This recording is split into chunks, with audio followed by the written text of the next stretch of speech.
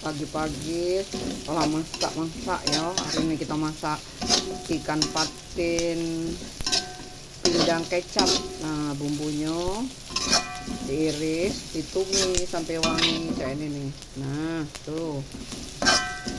Kamu nih yang tidak masak pindang kecap ya.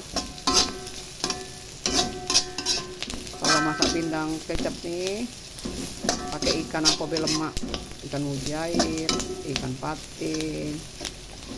Tapi ikannya harus kita goreng dulu. Udah digoreng, bumbunya kita tumis.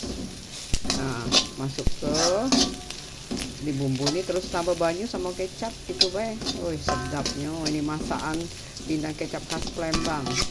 Nah, banyak cabenya. Jadi asam manis pedas. Mantap. Tuh. Nah, tuh.